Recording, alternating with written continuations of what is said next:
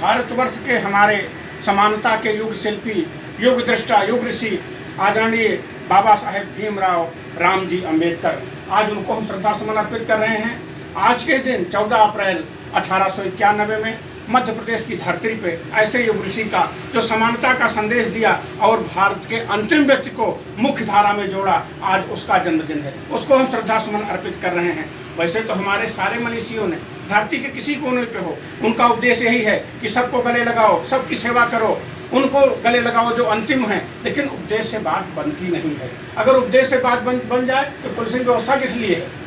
लेकिन नहीं, ऐसे बात बनती नहीं। लेकिन बाबा साहेब परम विवेकी, इंटेलेक्चुअल लेवल बहुत हाई फाई था बाबा का। सबसे बड़े बुद्धिमान थे बाबा साहेब और करुणा से भरा था हृदय उनका। बुद्धिमान हो जाना ही अपने आप में नहीं है। हम बड़ा पद पा गए लेकिन अपनी वासनाओं में सिमट के रह जाते हैं। आप सुनते हैं ना कि फला नेता तो बिकाऊ हैं, क्योंकि वासनाओं का इतनी गर्दिश है, वासनाओं का इतना जाल है हमारे ऊपर कि हम उन्हीं में फंस जाते हैं। करुणा का अंकुरण ही नहीं हो पाता। लेकिन बाबा साहेब हमारे युग दृष्टा हैं, युग ऋषि हैं, युग शिल्पी हैं। आप सबसे ज़्यादा बुद्धिमान, सबसे ज़्यादा इंटेलेक्चुअल लेवल, आप भारतीय जो संविधान जिसपे आज देश चल रहा है उस ड्राफ्टिंग कमेटी के आप अध्यक्ष हैं, संविधान के निर्माता हैं आप। लेकिन उस संविधान में आपने ऐसी व्यवस्था कर दी कि अंतिम जो गरीब है, जो वंचित है, जो दलित है, जो शोषित है, वो रहेगा ही नहीं। वो ऐसा है कि उसको सबको अंतिम से अंतिम व्यक्ति भी मुख्य धारा में जुड़ जाएगा। पूरा अधिकार दे दिया उन्होंने उसमें। और आज इस युग दृष्टा ने कोई जात के आधार पे, लिंग के आधार पे, भाषा के आधार पे आपसे भेदभाव नहीं कर सकता। आप सब समान हैं, उसको उन्होंने संविधान में ला दिया। और लिंग के आधार पर बात बताएं, हमारी आधी आबादी, किसी समुदाय को, किसी जात को अगर बर्बाद करना है तो उस जात की स्त्रियों को अशिक्षित कर दो। इसीलिए विवेकानंद हमेशा एक बात कहते थे कि हमको 10 माँ चाहिए देश को सुधारने के लिए। बाबा अम्बेडकर के इस पर पैनी निगाह थी। और आपसे बताएं, स्त्रियों की आधी आबादी दशा सुधारने के लिए जो आप स्त्री शिक्षा का आज आधुनिक ढांचा देख रहे हैं, वो बाबा साहेब अम्बेडकर के देन है। 1951 में हिंदू बिल कोड प्रजापति जी आप लेके आए, विरोध हुआ उसका, लेकिन आप इतने फौलादी इरादों वाले थे, आप झुकते नहीं थे कभी। 1955 में उसको लागू होना पड़ा। नहीं, बहु विवाह की प्रथा थी, संपत्ति में अधिकार नहीं मिलता था पिता के, लेकिन सारा अधिकार बेटियों को दिलाया। पूरी चर्चा करने की यहाँ जरूरत नहीं है। तो जो आज आधी आबादी हमारी आप शिक्षित जागरूक देख रहे हैं, आज कहते नहीं हमारे यहाँ कि बेटी हूँ, लड़की हूँ, लड़ सकती हूँ। आज वो अधिकार दिया बाबा साहेब ने, संवैधानिक अधिकार दे दिया आपको। आप चुनौती दे सकते हो उसको। तो आज हमारे आधी आबादी को अगर आज हमारे अपने कदम, अपने पैरों पे खड़ी है वो, तो बाबा साहेब की देन है। और हमारा अंतिम व्यक्ति आज मुख्य धारा से जुड़ा है तो बाबा साहेब की देन है।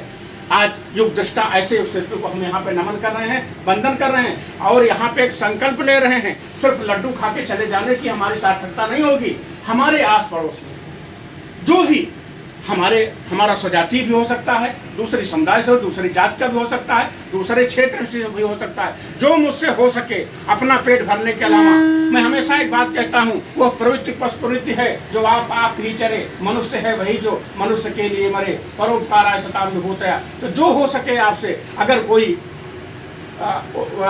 देख रहे हैं आप दबा कुचल रहा है तो उसको ऊपर उठाइए। आपके पास जो क्षमता है अपनी क्षमता लगाइए उसके अंदर, तो बाबा साहेब की जयंती मनाने की सार्थकता होगी। नहीं, हम लड्डू खा के चले गए, क्या होगा महापुरुषों को?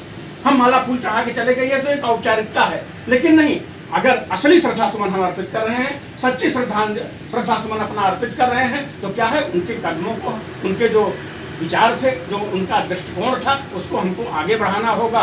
और आगे कैसे बढ़ेंगे? पूरा देश एक समान हो जाए, कहीं पे विभेद की, जात के, भाषा के आधार पे, लिंग के आधार कोई विभेद ना दिखे और ऐसी कालिमा कोई फैलाते हुए मिले तो उसको हमको बेनकाब करना है। लेकिन यहाँ पे थोड़ा सा अपनी वासनाओं पे जागना है हमको। इसलिए एक बात बताऊँ, वहाँ पे बाबा साहेब का परिवार कबीरपंथी था। हमारे यहाँ विभिन्न प्रकार के धर्म हैं, लेकिन नानक, कबीर, रैदास, दादू, दयाल, मीरा, संतों पे सबका एक मत है। कोई और कर्मकांड पे राजी हो सकता है या राजी नहीं भी हो सकता, लेकिन संतों पे सब राजी हैं हमारे। नानक, रैदास, मलुक, रज्जब, कबीर साहब, इन पे सब राजी हैं। इनको सब, तो हमारे बाबा साहेब जिस परिवार में पैदा हुए कबीरपंथी था, लेकिन इन्होंने कहा नहीं, भक्ति का जो मार्ग है वो कहीं ना कहीं उसमें पाखंड आ ही जाता है, उसमें कहीं बुराई न पनप जाए ऊंच नीच की। तो इन्होंने क्या किया, बुद्ध धर्म को अपनाया। बुद्धिज्म टोटल वैज्ञानिक धर्म है। मैं हमेशा कहता हूँ धर्म के हमारे पतंजलि और महात्मा बुद्ध दो वैज्ञानिक हैं धर्म के, इसमें एक पाखंड है ही नहीं। कर्मकांड आप गुचेड़ ही नहीं सकते, क्योंकि मेडिटेशन आप करेंगे तो होने लगेगा।